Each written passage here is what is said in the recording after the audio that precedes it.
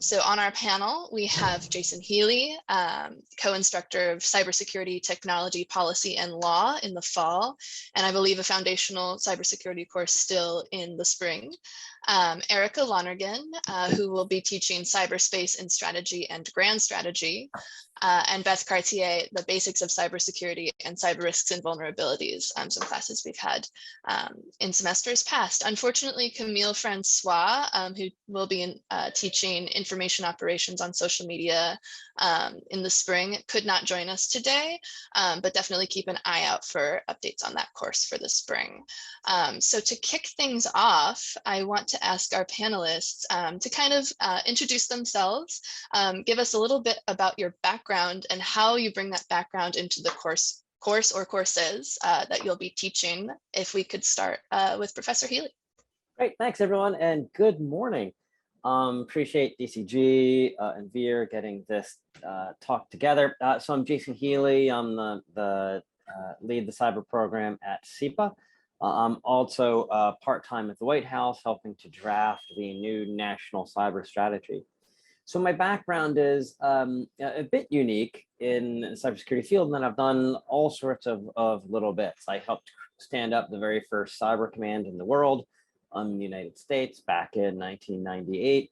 I helped pioneer what's now called cyber threat intelligence while I was there. I helped create the first cyber, the computer emergency response team at Goldman Sachs, vice chairman of a group called the FSISAC, which does cyber sharing for the finance sector, and have been teaching or doing think tank work for the last 10 years. So I try and bring that mix together in class. A little bit of government, a little bit of intelligence. And I'm on the review boards for DEF CON and Black Hat, so the main hacker conferences, which were just last week. So try and mix all of that up in class for a different sort of perspective. Thanks, Morgan. Yeah, amazing. Thanks so much, Professor Healey. Erica, would you like to go next? Yes. Hi, everyone. It's so good to see all the names here. Hope to see and meet you all over the next several semesters. So I am Erica Lonergan. I am a adjunct faculty member here at SIPA. I actually went to Columbia for my undergrad and for my PhD in the political science department. So I have spent way too many years affiliated with Columbia in some form or another, and I always enjoy being able to spend time with Columbia students. So really excited to begin the fall semester. My background is I came into cyber very much from sort of a traditional political science, security studies perspective. When I was in grad school, I was working on my dissertation about proxy warfare in the traditional sense, when states provide sort of arms and training in a covert and deniable way to non-state actors. And as I was working on that dissertation work and getting ready for my first real job in the real world at West Point, running the Grand Strategy program there, I started to, and sort of interacting with lots of practitioners from a military perspective who were, fresh off of the operational space in cyberspace. I started to, as the academic in me, notice all of these similarities between relationships that I was studying in a traditional sense and this sort of new to me domain that was cyberspace. So that's, I think, really that sort of encapsulates kind of how I bring my background into the classroom. I'm really interested in I know it's a cliche to say, talk about bridging the gap, but really to bridge the gap between academia and policymaking. Over the past 8 years or so, I've spent time teaching and doing research at West Point, at Columbia, sort of that's the academic hat. I also worked on the Cyberspace Solarium Commission, which was a congressional commission that was established in 2019 to develop a strategy and policy recommendations for the United States for cyberspace. So that's kind of the policymaking hat. I spent some time at Cyber Command on the Cyber National Mission Force. Have also in my, wearing my West Point hat, have been able to sort of step in and help on the DoD cyber policy side, most recently helping to write the cyber posture review and also the forthcoming DoD cyber strategy. So I hope to kind of bring that nexus to the classroom, and I'm really excited to do that as well. Fantastic, thank you. I know a lot of us are excited for your course as well. And I love the trend I'm seeing in our cyber instructors in the many different hats you all wear. Really great. And last but not least, Beth, did you want to? Sure, absolutely. I can definitely sort of give my different hats that I wear. So I definitely sort of love this. Thank you for having me. But B, sort of love the idea of my courses, which are a bit more introductional, because my background, I sort of started more in policy. Came out of grad school and then ended up working at the CFR, and sort of from there actually went in a more private sector and more technical direction. So I think really, if we're talking about bridging gaps, it's more between sort of the policymakers and the private sector. The number of times I've been in meetings about making policy and applying these rules and rubrics to the private sector, which I've been a private sector person for a while now, and there really is that massive gap of like, oh, it's not but the lack of sometimes understanding and experience that a lot of the public sector folks have on the private sector side. So right now I currently run the information security and compliance program at Maven Clinic. Don't know why, I just sort of forgot the name of where I work, but I've been a couple of places before that as well, and definitely sort of working again with that public sector side of things and really sort of making sure those foundations work together. No, that's great. I know a few of us, especially in the cyber and tech policy area, are pivoting either from public to private or vice versa. So that's really helpful. Thank you. Sort of a revolving door for sure. Yeah, exactly. Well, thank you all. Really excited to have you and hear more about the courses that you're teaching. With that in mind, I would love to know what skills and what experience students can expect to leave your courses with or gain while taking them. And also, if you could let us know, do you recommend any prereqs for your courses? Are they more basic? Are they for students who have more familiarity with cyber policy? If maybe Erica, would you want to start with this one?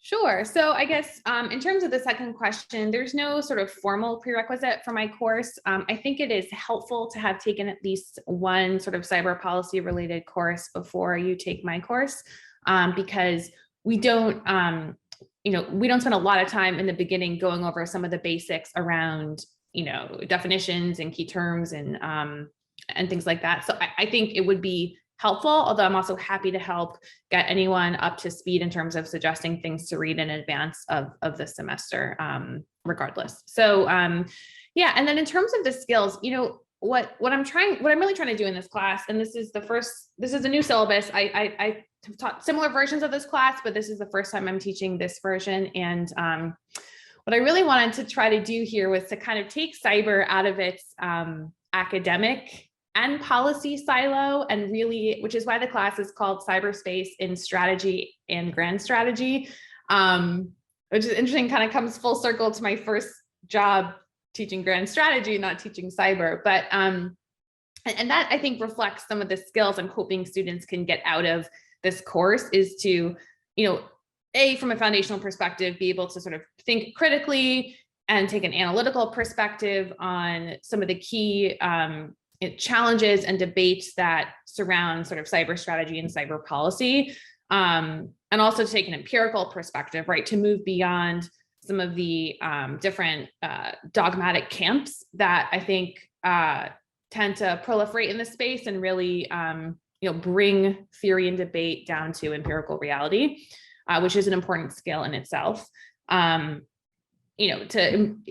improve sort of communication and things like that. But really, I'm hoping that out of this course, students are able to not only have a fluency to be able to talk and engage these issues among cyber policy experts, but also to be able to communicate them outside of our little space, right?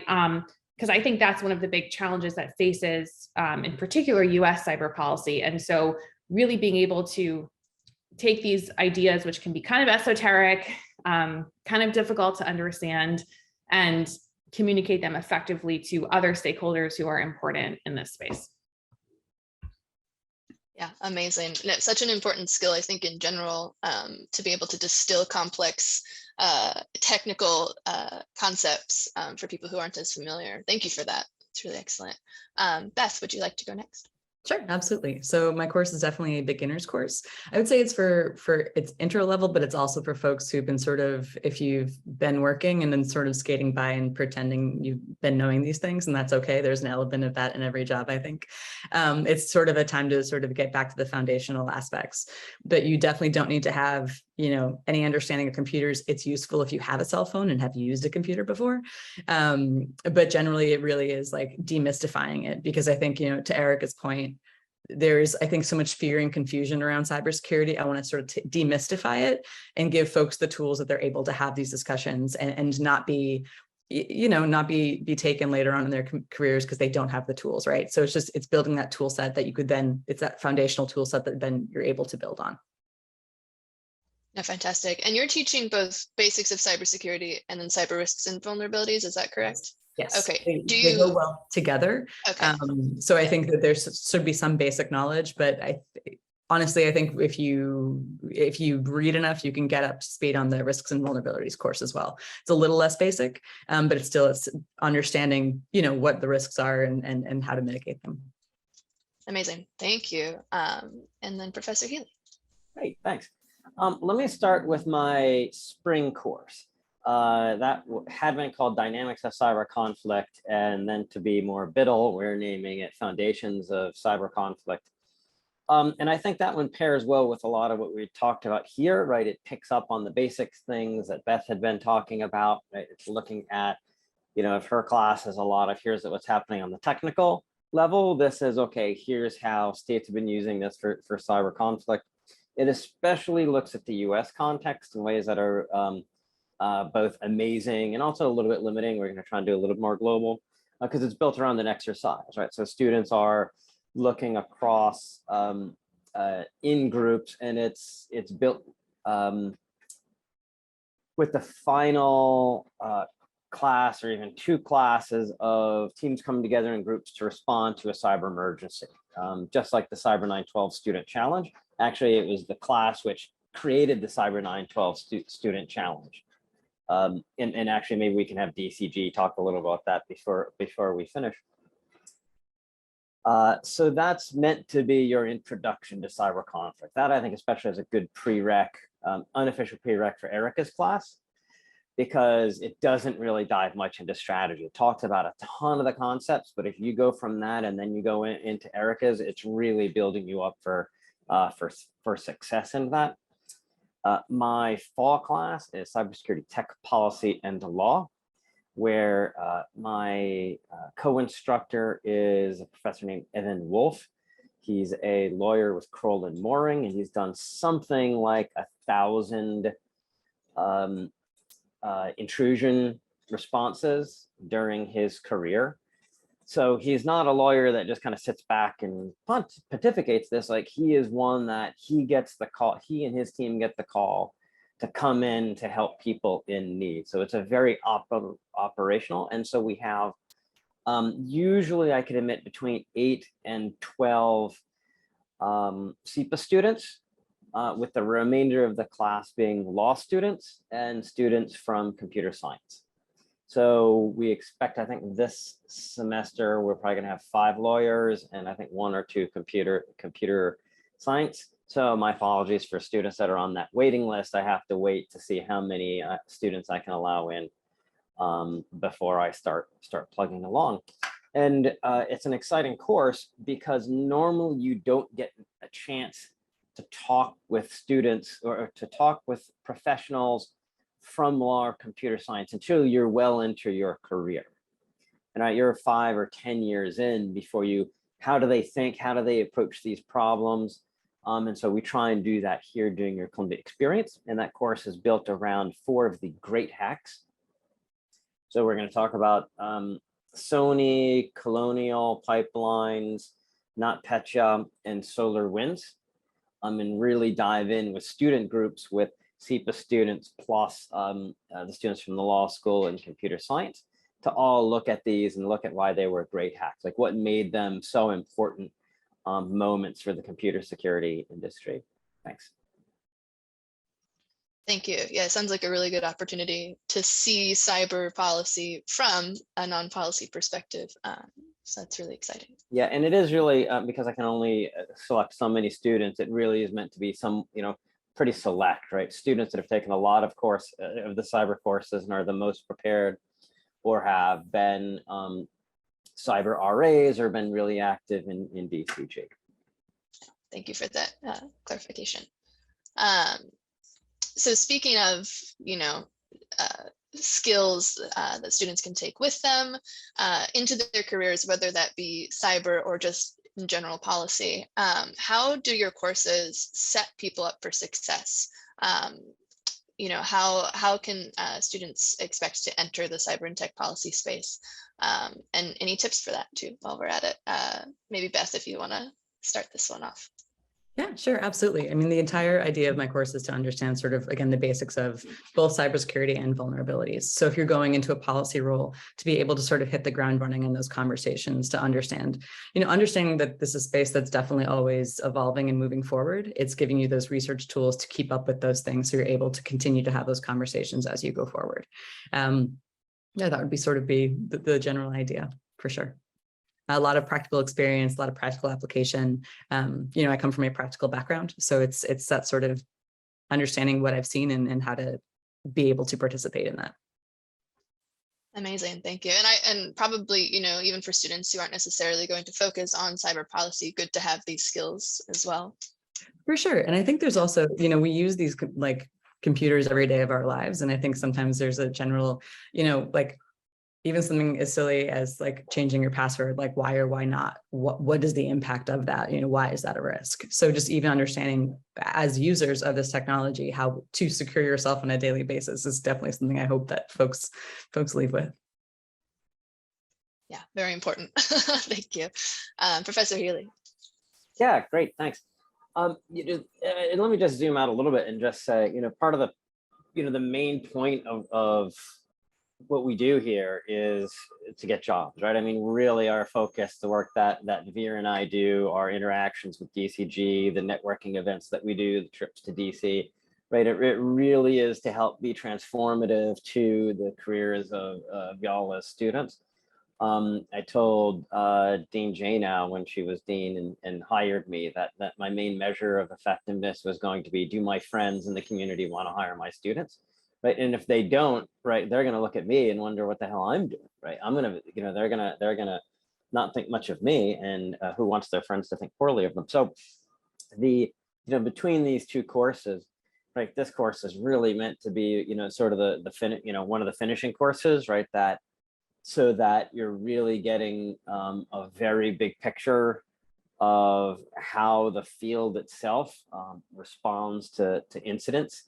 Right, because we've got some classes that are about conflict, and we've got some that are technology. This one is more about, it's much more in that sense, cybersecurity, right? And what are the bad things that have happened and how we can prevent them from happening in future. And then that builds you into the capstones, right? So it's typical that students will be taking this in the beginning of their second year or their last semester if they're a J-termer, and then taking the capstone where really all of these things are meant to come together. Oh, and DCG team, we should do another one of these. We're just finalizing the capstones right now. Actually, we've got another call with just today on the capstones, and it'd be great to tell the students about all the amazing capstones that we're going to have. Yeah, so thank you. As a second year student, yes, please. I would love to hear more about the capstone options that will be coming. Great, then yeah, we'll keep everyone updated there. Okay, and then Erica. Yeah, so I think that, what I like about this course is that I think it prepares you for lots of different career options, regardless of whether that's in sort of the tech and cyber policy space or not, because, we get in a lot of depth on a lot of cyber strategy and policy issues, but I also focus on some like foundational skill building, whether it's, we have a big research paper requirement for the course, which hopefully won't be a deterrent for students who are interested in it. But I think analytical skills, writing, research, sort of independent initiative are important for lots of different types of career fields. And so it's important to me to help sort of cultivate that broad skill set, not just sort of an ability to communicate about cyber sort of strategy and policy issues to cyber and non-cyber audiences, which I would say is another skill that that is important that comes from this class. But really taking cultivating like a strategic mindset and the critical and analytical approach that can be conveyed through written and oral communication. I think those will set you up for success regardless of what type of job you have. Amazing, thank you. Can I just build on that for a second? I really like that point, because these courses are meant to be, whether or not you really want to major in cyber or minor, right? I mean, for a lot of these, they're great if you want to do a full career transition and get into the field, right? That's what Veer did, right? I mean, I think Veer was the first student that had kind of taken every single one of the classes, in part because he bugged me incessantly to be allowed in during his very first semester. Or like, these are fine if, look, you want to go into traditional international security or international finance and economics, and you just want to get some of the cyber flavor, right? You're not expecting that you're going to do this your very first job out of here, but you want to have that because it's going to be important in your second or third job. Like, any of these classes that we're talking about here are going to be good for that. Yeah, appreciate that. And as someone who's taken cyber courses at SIPA, completely agree. Really great. So I would love at this point to open it up to audience Q&A, just to get some potential prospective students and current students the opportunity to ask questions of our amazing faculty. So I believe, and Veer can correct me if I'm wrong, but I believe we would prefer raising your hand, and then we can call on you. Okay, Ishan, I see your hand raised. If you'd like to unmute. Yes, hi, how are you doing? My name is Ishan. My first question is to Professor Healey. You mentioned some of the largest cyber attacks, SolarWinds, the Sony one, the NotPetya. In my experience, or just from what I've read, the Stuxnet one was the most impressive in terms of its capabilities and its like complexity. Would you be going over that in your class? It's funny, out at DEF CON, Professor Wolf and I just went over this. We didn't cover Stuxnet. We are almost certainly going to be doing a deep dive on Stuxnet.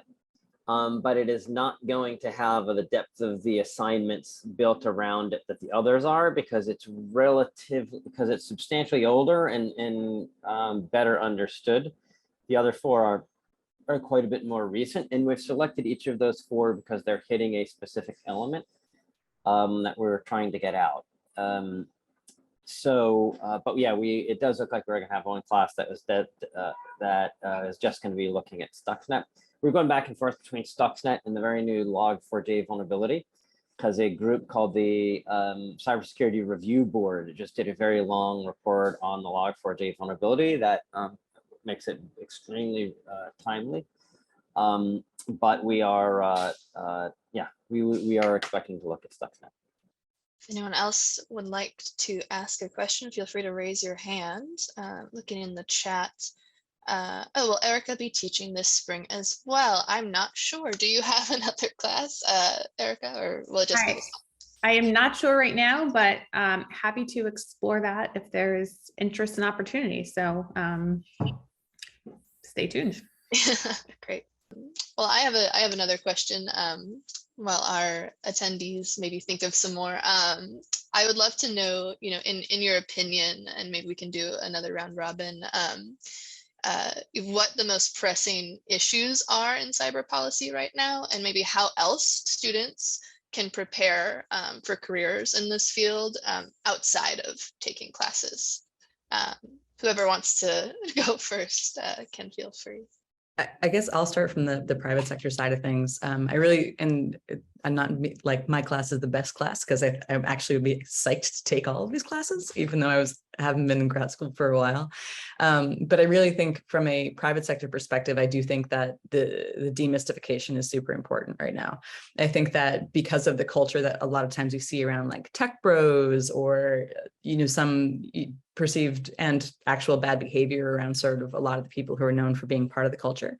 I think people are scared of the technology and think they can't learn it, or they think that it's not a space for them. And so I really think that just like showing people that like, yes, you can learn this, like, yes, you can understand why these are risks, yes, you can understand why these attacks were good or bad and how to prevent them. Because I think we need more people on board. We have too many users and not enough practitioners.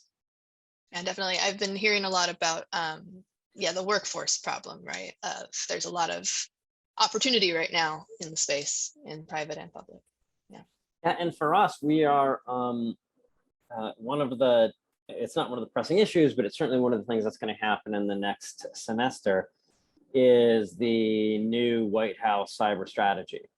So, which I'm one of the drafters for that. So we're anticipating in our course that, so normally when we do this course, we say, okay, how would you respond to this, right? I mean, you had these 4 major incidents, how would we respond?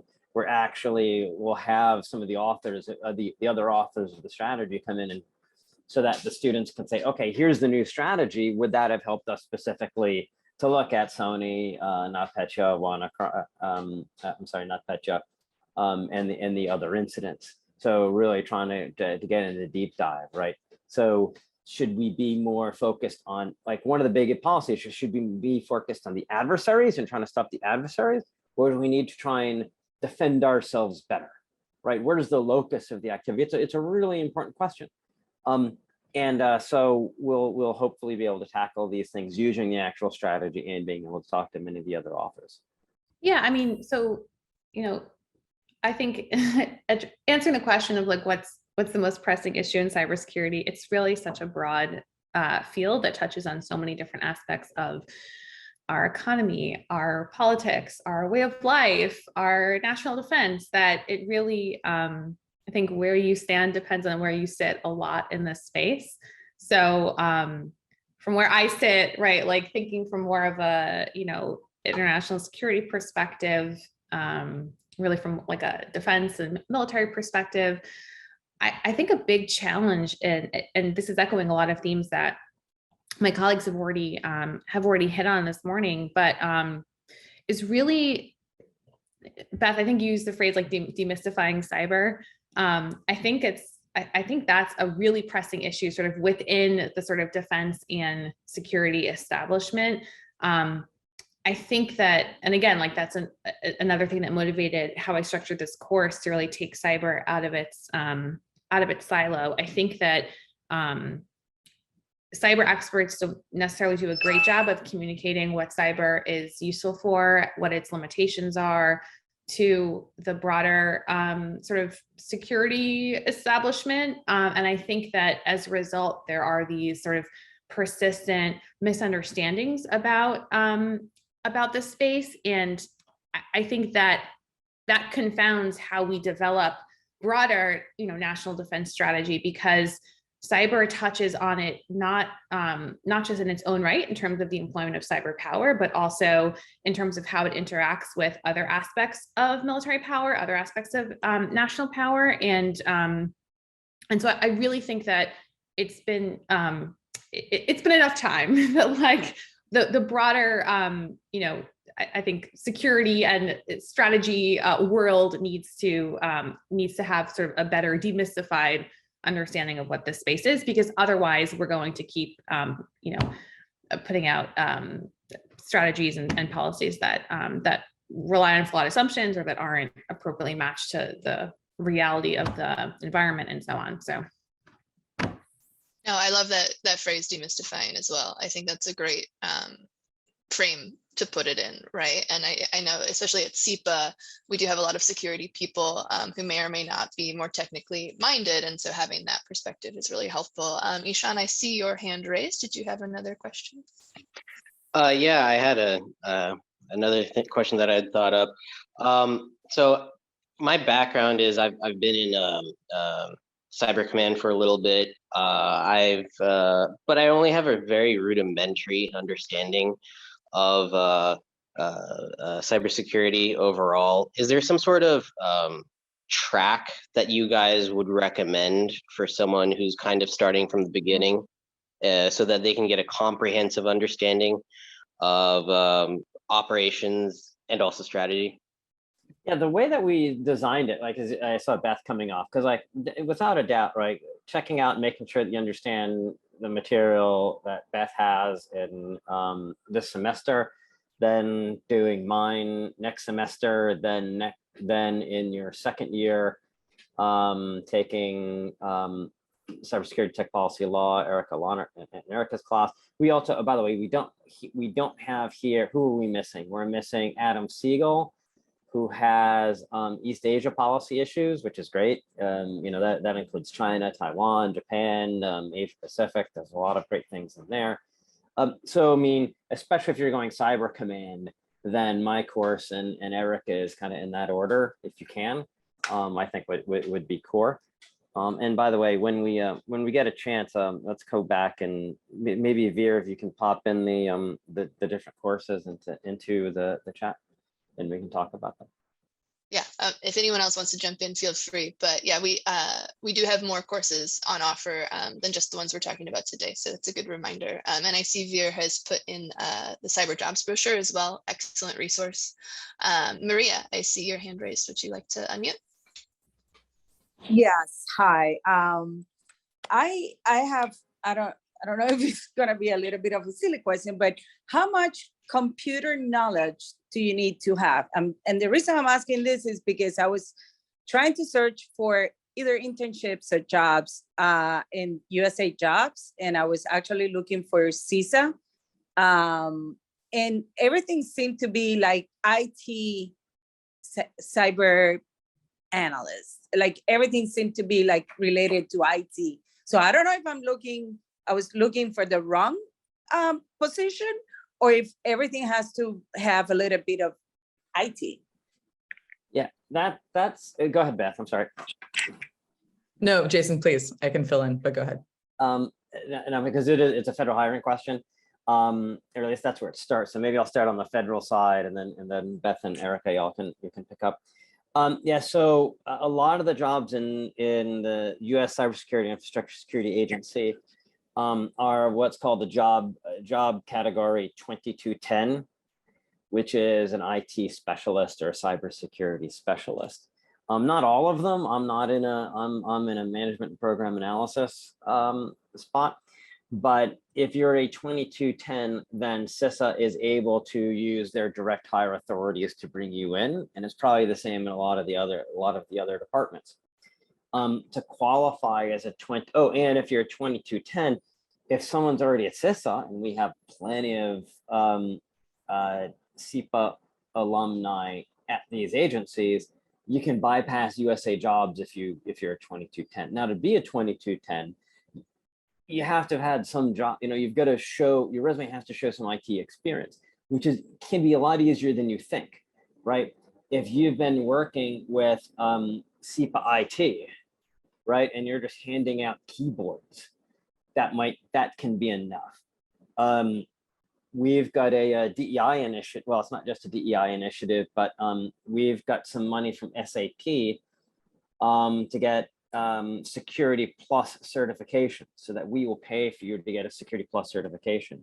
There's a really good job that just having the Security Plus certification might qualify you for a 2210 position. So I'm glad you asked this question, Maria Teresa, because it helped. I wanted to raise these Security Plus certifications. Veer, how many?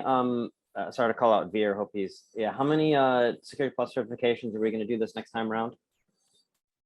We're aiming to do 10 per year, at least 10 per year, Okay. And that number may increase. Okay, great. Beth or Erica, did you want to jump in? Covered. No, as it's a federal hiring question, that's definitely something I can, from the private sector side, sometimes it's just terminology. But again, I think just like part of this is like getting your foot in the door. and being able to even just talk to those skills and have some sort of familiarity with them. But I think Jason covered it. Thanks. Yeah, I agree. I would just add that I think it's a great idea to be proactive in terms of thinking about what jobs are out there and what the requirements are, so that you can sort of plan for that while you're in grad school. And then just to reiterate Jay's point about SIPA alumni, there is an extensive alumni network, and so being proactive now and thinking about who you might be able to reach out to, get an understanding of what jobs you might be interested in and what types of skills and qualifications they're looking for, can really set you up for success when you go in the job market toward the end of your time in grad school. So I applaud your initiative. I think that's a great approach. Yeah, I can definitely speak to the availability of alumni through the cyber program. It's really amazing, and there's lots of opportunities to connect with them, even to get that advice for job searches. But Maria Teresa, I see your hand raised again. Did you have another question? Yes. How do you get, another question, Professor Healey was talking about the certification. How do you do that? Like as a student? Because I'm going to start my second year, so I really don't have much time. So how can I be proactive and start doing things that it will, once I finish in May, I'm more prepared for this type of positions? So I can't speak to the, and I'm sure other folks here can speak to the actual program about the security and the CompTIA stuff in that particular program. One thing I will say, and it's kind of weird to be saying that when you're on like a conversation, with a program, but like Google Cloud Platform, like if you want to learn technical skills, like Google Cloud Platform has a program for you, like because they obviously want people to become familiar with their tooling. Like if you want to dig into things technically, there are a lot of resources out there. And what I generally would invite you to do is to, if there is something that you come across that you think that you'd be interested in, there are definitely sort of online opportunities, like sandboxes to play in, essentially. And I think that is one thing that we will go over in my course, is like how to keep learning and how to keep giving yourself these skill sets once you're outside of the parameters of a program, right? But there are a ton of opportunities, and technology keeps changing. So some of this is going to be like, how do you keep up with that technology? So AWS, Amazon Web Services, like the biggest cloud, has courses. Azure, which through Microsoft, has courses. GCP, Google Cloud Platform, has courses. And that's just on cloud security, right? But there is a ton of stuff out there.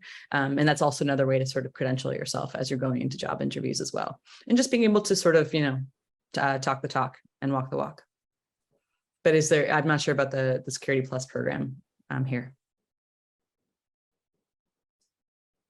So Veer, do you want to maybe talk a little bit about it? Yes, so we will have more it's not much of an answer, unfortunately. We will have more information about that as once the fall semester starts. You will see an email sort of announcing it. So I would recommend that you sign up for the Tech and Policy Campus group. It's a great way for us to kind of just stay in touch and let you know about these opportunities. Another opportunity which can be relevant for folks as they're kind of thinking about their year is we have resumed a policy trip to DC, which aims to kind of get students familiar with that environment. It's a great opportunity to also network with folks within the federal government and within the private sector that are in DC. So if you're interested in jobs in like CISA and other agencies, I would recommend that you kind of keep an eye out for that. And again, sign up for the campus group. Yes, and I wanted to clarify that being a second year doesn't preclude you from getting one of these certifications. Definitely open to all students, correct? I think. And I'm going to drop in, since you've mentioned it, definitely join the Tech and Policy Initiative, as well as DCG, to see all of these opportunities as they come through. We'll definitely be surfacing them. Were there any other questions from students? Ivy, go ahead. Yes, I have a question. So if I'm an international student and I'm asking on this this question on behalf of other international students, if I'm interested in the sort of cybersecurity space and and I want to work in the US after, like post-grad, are there restrictions or things that I should be aware of? Like in terms of like getting clearance and so forth. So from a private sector aspect, you would need like a work visa, and some clients do specify U.S. citizens, or some private sector companies rather. When I was a consultant, we had clients that would specify that. But from a governmental point of view, I'm sure that either Jay or Erica can answer that from a better perspective. But there are definitely jobs where you don't need a clearance and just need a working visa. It's definitely an issue. It's been a continuing issue.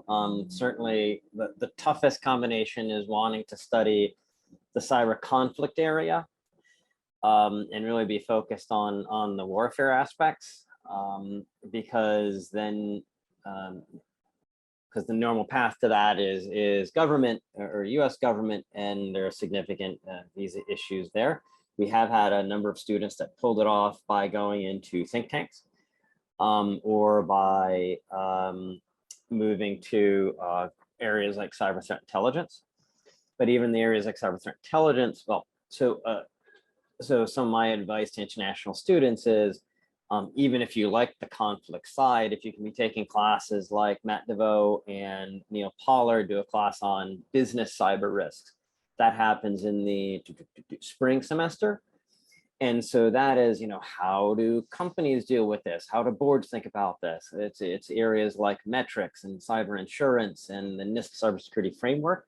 Because if you get those, even if you do want to work conflict, because then that opens up the consultancies, it's good for the tech companies.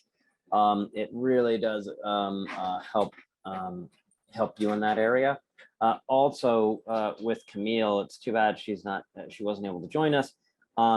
Because we're trying to add more courses in for trust and safety, which just give you more in your resume to aim for the tech companies like Google and Facebook, or for the nonprofits or the governments that are looking to regulate or track what the tech companies are doing.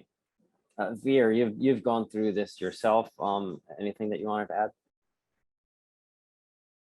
I think you kind of covered it, Jay. I would also advise students to also have a look at the STEM offerings that SIPA has.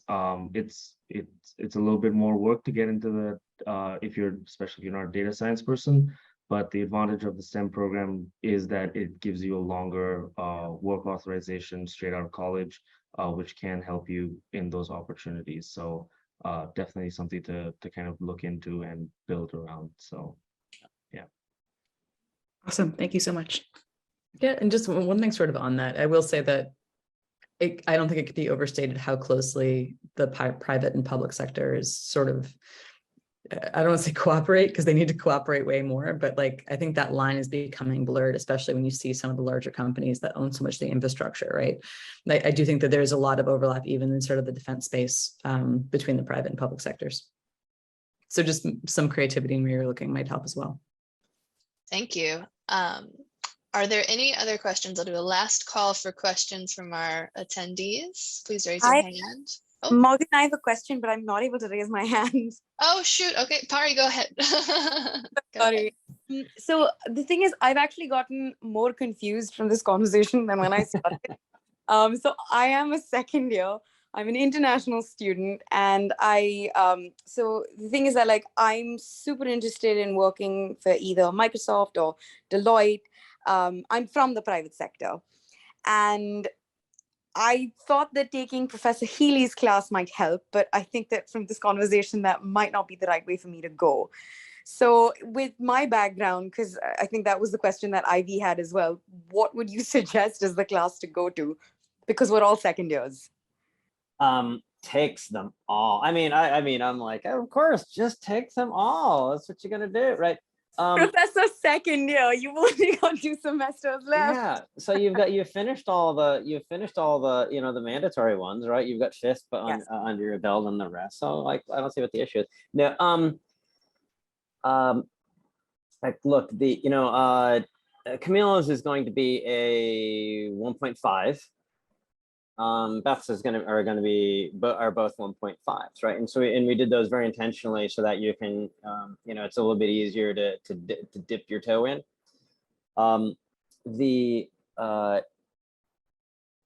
If you're especially aiming for that, right? If you can, again, I have to.